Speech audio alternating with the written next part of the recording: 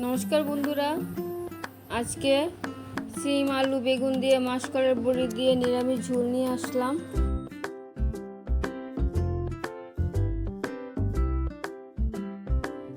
সিমগুলি ধুয়ে কেটে নিলাম, মাসকলাইয়ের বড়ি নিয়ে নিলাম, আলু কেটে ধুয়ে জলে ভিজিয়ে রাখলাম,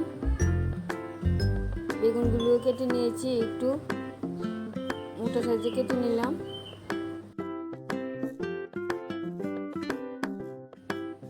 কড়াইতে সরিষার তেল দিয়ে দিলাম,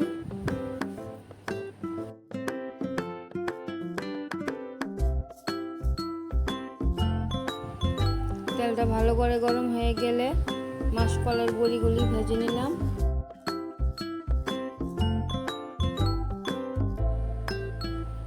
বড়িগুলি মিডিয়াম আঁচে ভেজে নিলাম।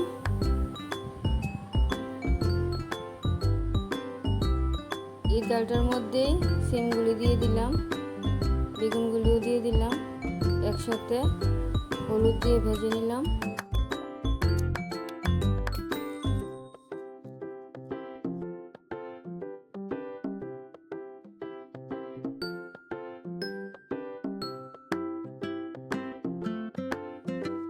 সিম আর বেগুন ভাজা হয়ে গেছে।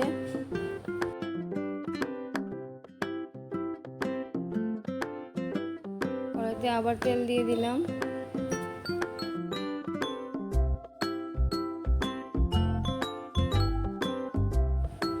ফোড়নে নিয়ে নিলাম তেজপাতা, শুকনো লঙ্কা আর পাঁচ ফোড়ন।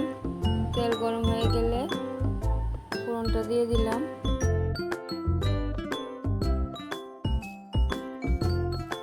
ফোড়নটা হালকা ভাজা হয়ে গেলে আলুগুলি দিয়ে দিলাম।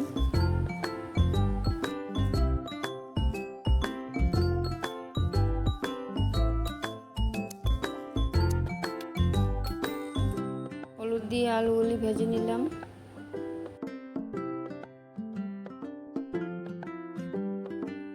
মশলা নিয়ে নিলাম জিরে গুঁড়ো, ধনে গুঁড়ো, কাঁচা লঙ্কা একসাথে পেস্ট করে নিলাম। আলুগুলি ভাজা হয়ে গেলে মশলাটা দিয়ে দিলাম।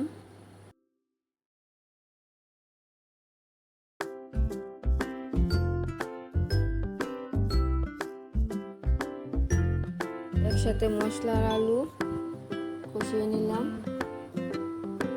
অল্প কষানো হয়ে গেলে আর একটু জল দিয়ে আরো ভালো করে কষিয়ে নিলাম।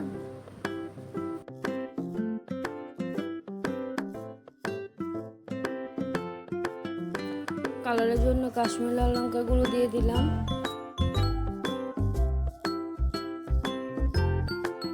ভালো করে মিশিয়ে মশলা আর আলু ভালো করে কষিয়ে নিলাম।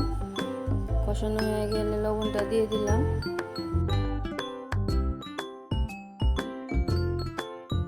মশলা আলু ভালো করে কষানো হয়ে গেলে সিম বেগুনটা দিয়ে দিলাম।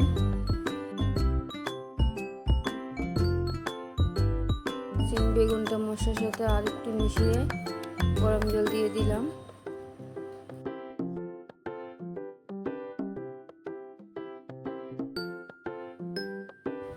ভিডিওটা যদি আপনাদের ভালো লাগে তাহলে একটা লাইক দেবেন আর আমার পাশে থাকবেন। ঝোলে আর একটু লবণ দিয়ে দিলাম।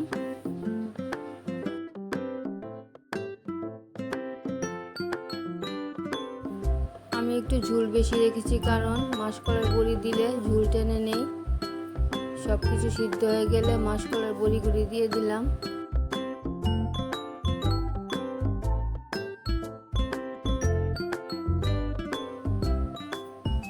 বড়িগুলি দিয়ে আর একটু ফুটিয়ে নিলাম।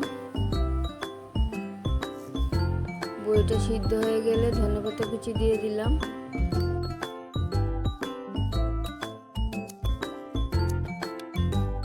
আমি এই রেসিপিটাতে এলাচির গুঁড়ো ব্যবহার করিনি, আপনারা চাইলে দিয়ে দেবেন।